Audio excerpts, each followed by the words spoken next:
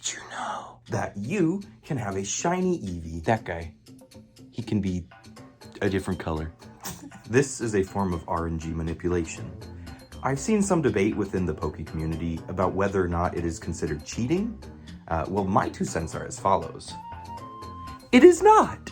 Shiny hunting in Pokemon is all about this one magical little thing called serotonin, aka the good chemical. If you're a shiny hunter who gets the most satisfaction out of a drawn-out, full-odds hunt, that is okay. If you're getting the good chemical, then you are succeeding. RNG manipulation is all about learning the big brain math the game uses when determining if an encounter will be shiny. Once you understand what the game is doing, you can instead focus on finding the shiny frame instead of just rolling the dice and hoping that RNGesus has mercy on you.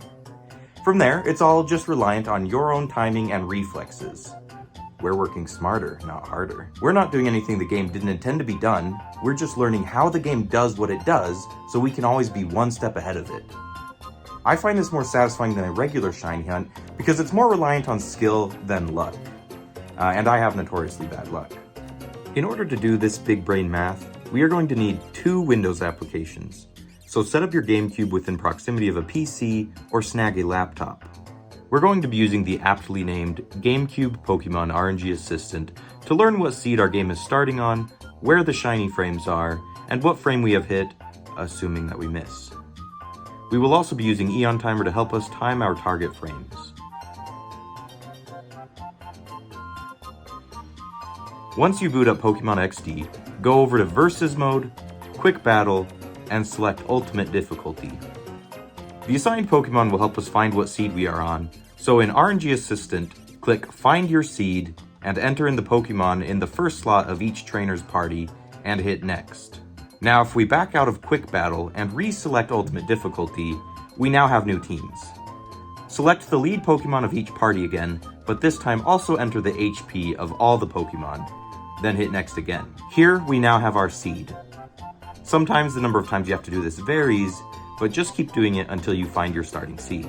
Here, we have a list of all potential starters that exist within our current seed.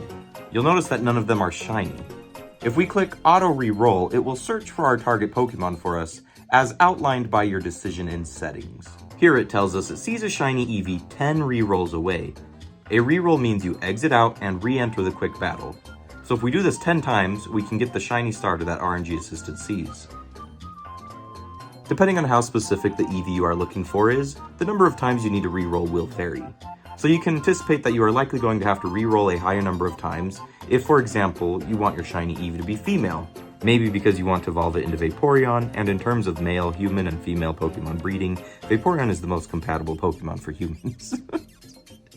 So if we exit and re-enter the quick battle 10 times, we can see here that the party leaders and HP match up, so we can confirm we are now on the correct seed.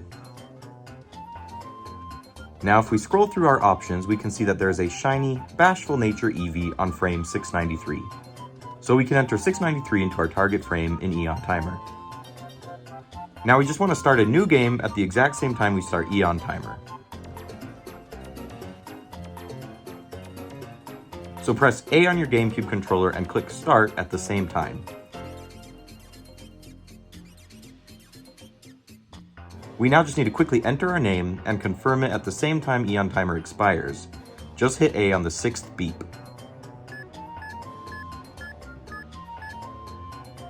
Now sit back and relax and enjoy the derpy intro to the game, which, depending on how good your reflexes are, you may become very familiar with. Once that's over, we can actually just bail on this battle.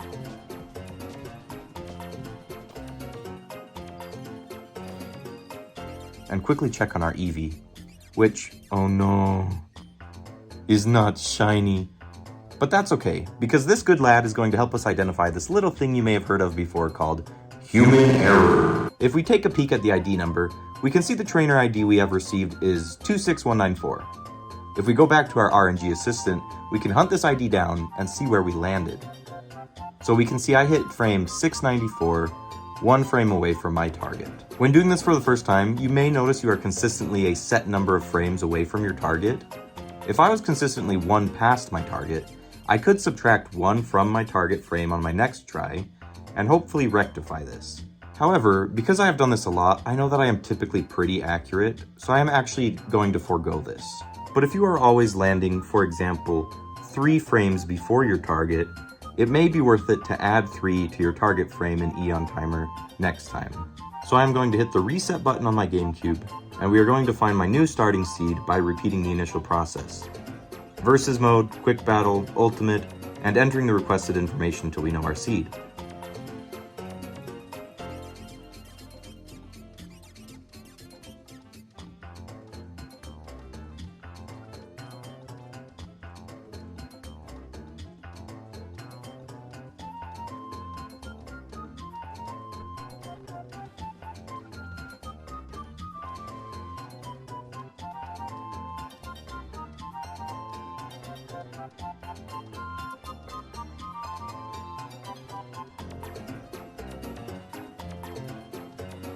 Again, there's not a shiny here, so I click auto reroll,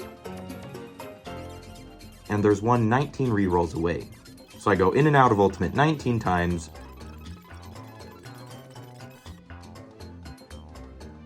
make sure the Pokemon match up,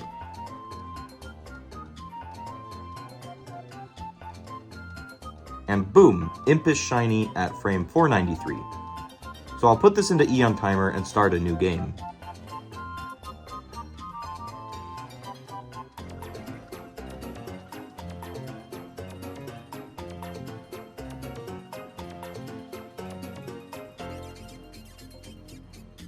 This time I only have 8 seconds to get my name in and confirm at the same time.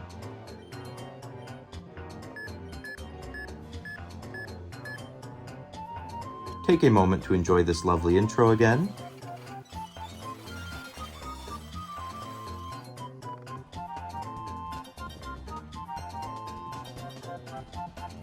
Now we tell Metagross to f*** off and take a quick look at our Eevee.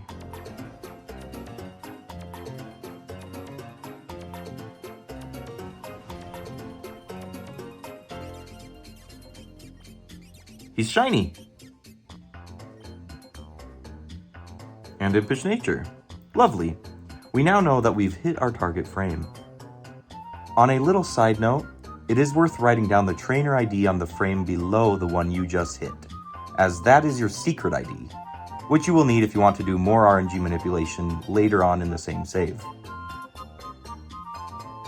Now you have a free shiny Eevee. Name it after your cat that you really miss, evolve it into the indisputable best Pokemon, engage in an epic adventure, meet an NPC with your name, and poop on sidewalks because we are Butterducks and we can do what we want.